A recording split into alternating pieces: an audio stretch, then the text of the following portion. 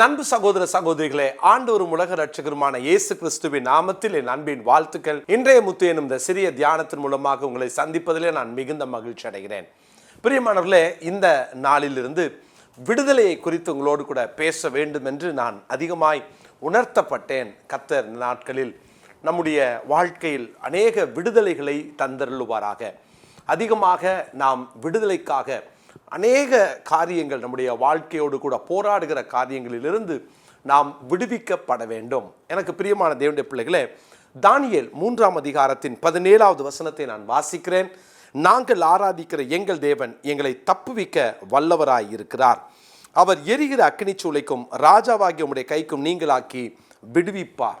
நமக்கு ஒரு விடுதலை வேண்டும். ஒருவேளை இந்த வார்த்தையை கேட்கிற நீங்க விடுதலை என்று சொன்ன உடனே ஏதோ ஒரு காரியம் உங்களோடு கூட உங்கள் சிந்தையிலே அது வந்துவிட்டு செல்லலாம், அல்லது உங்களோடு கூட அவைகள் போராடி கொண்டிருக்கலாம். நீங்க உடனே நினைக்கலாம், எனக்கு இந்த விஷயத்துல ஒரு விடுதலை வேணும், இந்த விஷயம் என்னுடைய வாழ்க்கையோடு போராடுகிறது, நான் அதிலிருந்து வெளியே வந்துட்டா நல்லா இருக்கும் அப்படின்னு ஏதோ ஒரு குறிப்பிட்ட காரியம் உங்கள் சிந்தையிலே அங்கே ரிங்காரம் இடலாம், அல்லது போராடலாம், அல்லது உடனடியான நினைவுக்கு வரலாம்.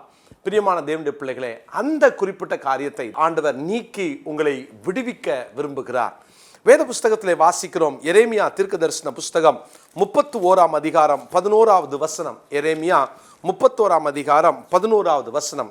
கர்த்தர் யாக்கோபை மீட்டு அவனிலும் பலத்தவனுடைய கைக்கு அவனை நீங்களாக்கி விடுகிறார். அவனிலும் பலத்தவனுடைய கைக்கு அவனை நீங்களாக்கி விடுகிறார்.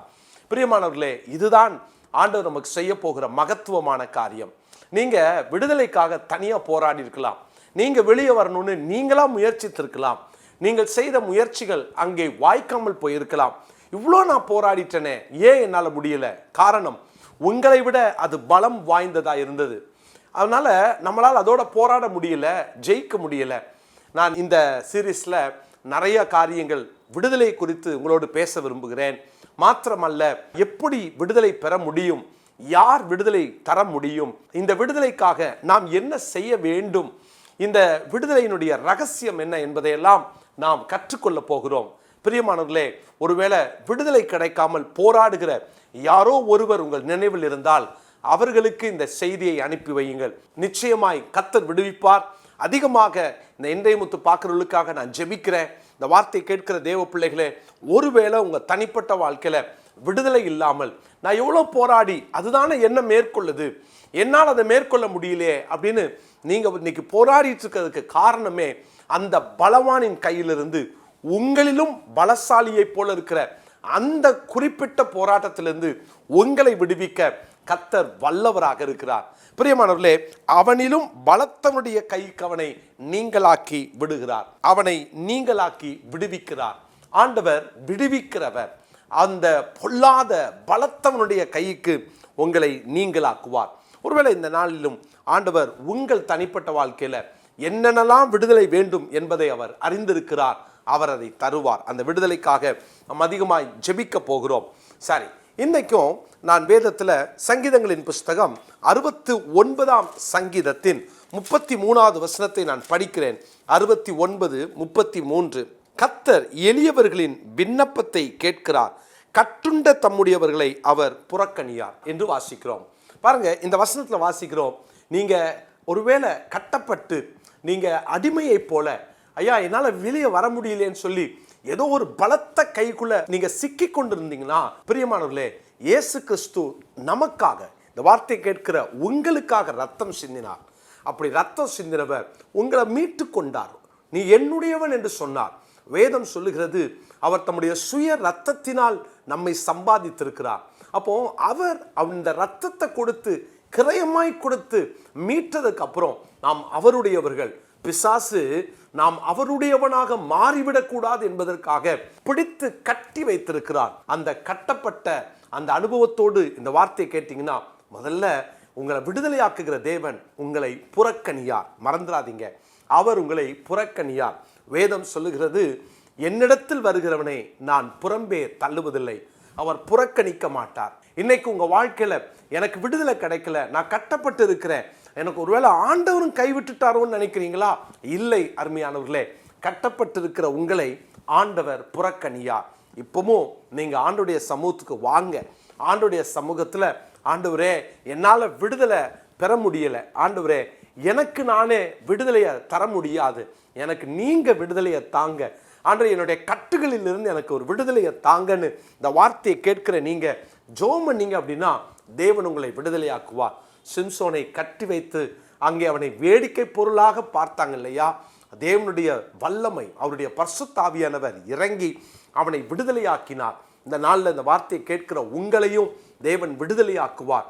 உங்களை புறக்கணியா பாருங்க, சிம்சோன் தேவனுக்கு துரோகம் பண்ணி தேவன் வைத்த திட்டத்தை மீறி ஒருவேளை அவன் எங்கேயோ தொலைதூரத்துக்கு போயிருக்கலாம். ஆனால் கர்த்தர் அந்த சிம்சோனுடைய சத்தத்தை கேட்டார். ஒரு விசைன்னு சொல்லி கூப்பிட்ட போது கர்த்தர் இறங்கினார், கட்டுகளை அவனுக்கு அறுத்து அவனை விடுதலையாக்கினார். இந்த வார்த்தையை கேட்கிற உங்களையும் விடுதலையாக்குவார். இந்த நாளிலும் ரோமருக்கு எழுதின நிருபம் 8ஆம் அதிகாரத்தின் 2ஆம் வசனத்தை நான் வாசிக்கிறேன்.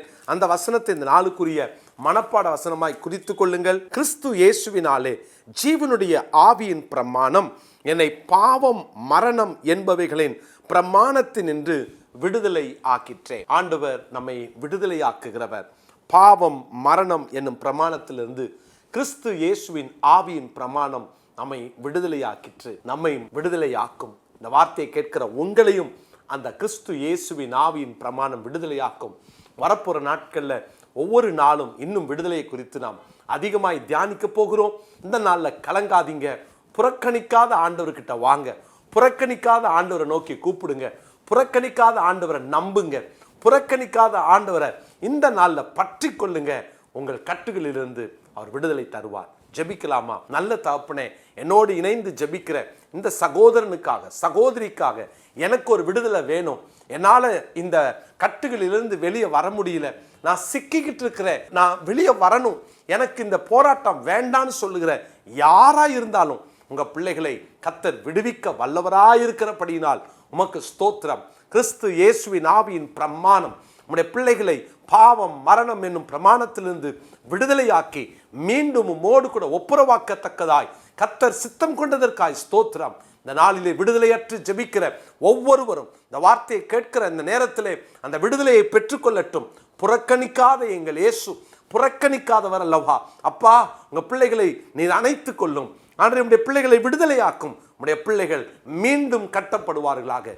இயேசுவின் நாமத்தில் ஜெபிக்கிறேன் நல்ல பிதாவே, ஆமென். பிரியமானவர்களே, தேவன் உங்களை விடுதலையாக்க விரும்புகிறார்.